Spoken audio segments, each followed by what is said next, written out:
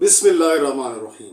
तमाम तारीफ़ें उस परवरदिगार की जिसने इस जहान को बनाया है, और सलातो सलाम हज़रत मोहम्मद मुस्तफ़ा सल्लल्लाहु ताला अलैहि वसल्लम के लिए।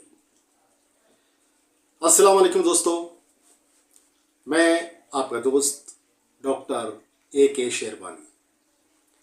आज देखिए आपके लिए एक नुस्खा मैं लेकर आया हूँ, जिसका नुस्खे का असर इतना गज़ब का होगा कि आप वाकई में ताज्जुब में रह जाएंगे कि माशाअल्लाह इसका असर इतना तेज़ है।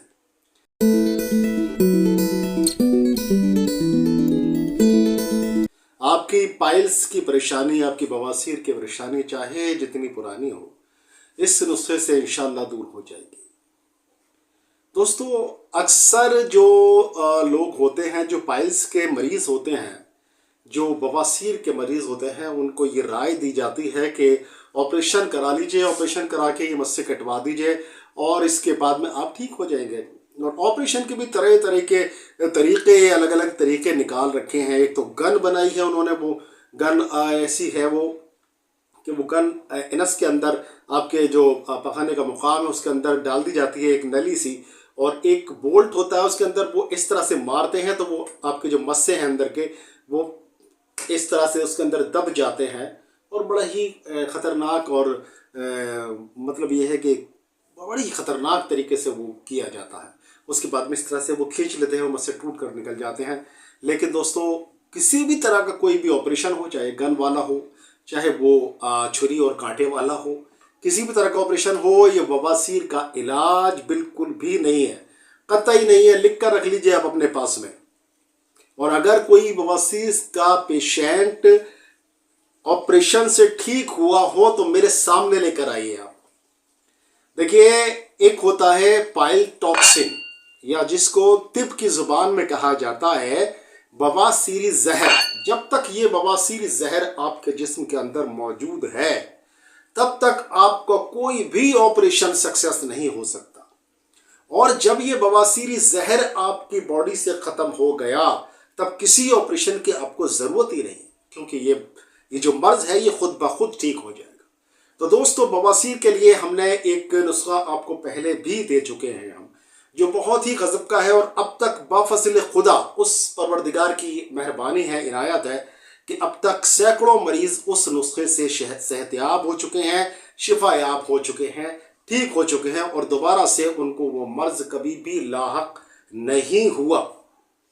तो दोस्तों, आज का जो नुस्खा है, देखिए अक्सर ऐसे मरीज़ आपने देखे होंगे कि जिनको मिकस से खून आता है, अंदरूनी मस्से फटते हैं, या ऐसी कुछ खराशें वहाँ पर पड़ जाती हैं जिसकी वजह से खून आता है। और ऐसे लोगों को अक्सर कॉन्स्टिपेशन की शिकायत नहीं होती जिनको ब्लड आता है, लेकिन फिर भी ब्लड आता है। कॉन्स्टिपेशन के साथ में ब्लड अगर कब्ज़ के साथ में आ रहा है, तो एक चीज़ समझ में आती है कि भाई हार्ड स्टूल की वजह से वो मस्से जो छिल रहे होंगे या दब रहे होंगे, उनसे ब्लीडिंग हो रही है, ये ब्लड आ रहा है। लेकिन अक्सर ऐसे पेशेंट्स होते हैं जिनको खूनी बवासीर होती है कि उनको ब्लड आता है, लेकिन उनको कॉन्स्टिपेशन या कब्ज़ की शिकायत नहीं होती है।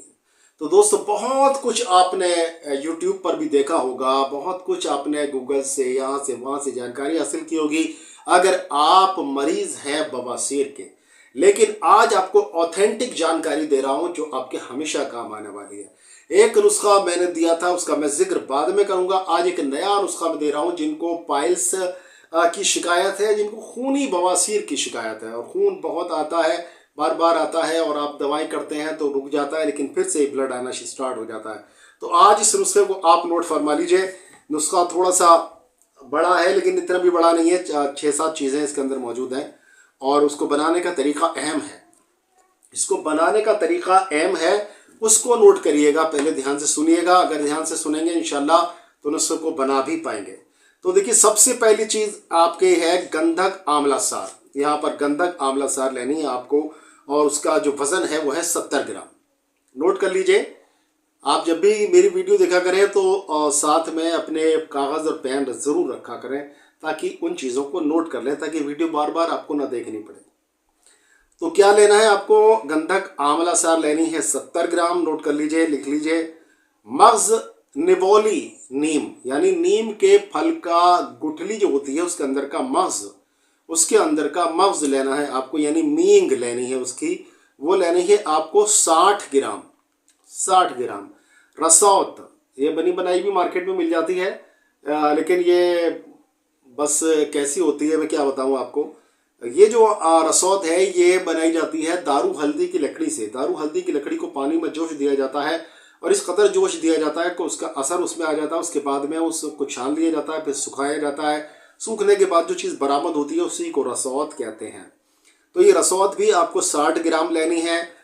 और काली मिर्च जो है लेनी है आपको, वो लेनी है 40 ग्राम। कुछ लोग इसको काली मिर्च भी कहते हैं और इसको ब्लैक पेपर कहा जाता है इंग्लिश में, और इसको फिलफिल सियाह कहते हैं तिब की ज़ुबान में।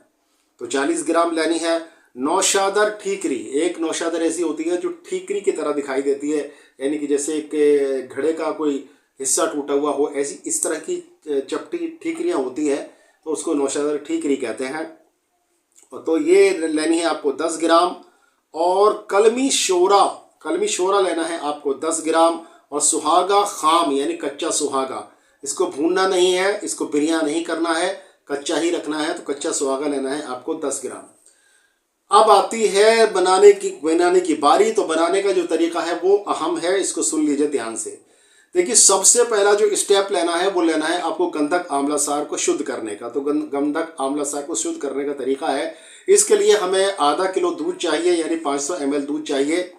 और घी तकरीबन 50-60 ग्राम घी ले लीजिए आप, ठीक है। तो देसी घी लेना है आपको और तकरीबन 50-60 ग्राम के करीब ले लीजिए। अब क्या करना है, देखिए एक ऐसा कूजा लीजिए, जैसे ये बोतल दिखाई दे रही है, आप इसको उल्टा कर लीजिए, यानी कि इसका जो निचला सिरा है वो पतला है, ऊपरी सिरा जो है चौड़ा है। इस तरह का बर्तन आपको लेना है, जैसे गिलास टाइप का कोई बर्तन हो बड़ा, उसमें उस 70 ग्राम गंधक आंवला सार को डाल लीजिए।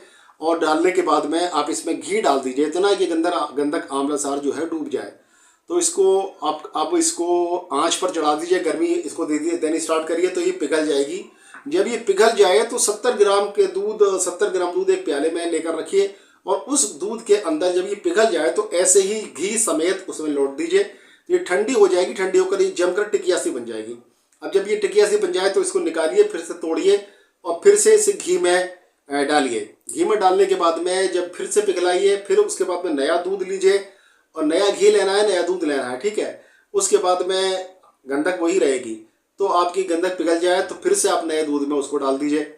इस तरह से फिर टिकिया बन जाएगी। इस तरह से 7 मरतबा आपको करना है ये गंधक आंवला सार को शुद्ध करना, यानी इसको आपको पूरी तरह से खाने लायक बनाएंगे, ठीक है। बना लिया। अब 7 बार आपने इसको इसी तरह से शुद्ध कर लिया। उसके बाद में जो बाकियां दवाइयां हैं उनको बारीक पीसकर और इस गंधक आंवला सार को बारीक पीसकर सब अद्वियात को एक साथ मिला दीजिए। अब आपकी दवा तैयार हो गई है। तो दोस्तों, इस दवा को लेना किस तरह से, देखिए इसकी छोटी छोटी चने के बराबर गोलियां बना लीजिए। 1 से 2 गोलियां, 1 या 2 गोली सुबह, दोपहर और शाम को आप दही के साथ में इस्तेमाल करें। और अगर मौसम में सरमा हो या ये मतलब सर्दियों का मौसम है तो आप इसको पानी के साथ भी इस्तेमाल कर सकते हैं, ठीक है। तो ये आप तरीका देख लीजिए, इस तरह से तरीके से बनाएंगे इंशाल्लाह ताला। तो ये मस्सों की वाली बवासीर के लिए भी काम करता है, खूनी बवासीर के लिए भी काम करता है। एक नुस्खा और सुन लीजिए, देखिए, क्योंकि इसी के साथ में, क्योंकि बवासीर की दिक्कत है, ब्लड भी ज़्यादा आ रहा है, तो फिर वो नुस्खा भी इसके साथ में काम करेगा। उसके लिए आपको क्या करना है, देखिए फिटकरी लेनी है आपको, फिटकरी सफ़ेद वाली, फिटकरी सफ़ेद।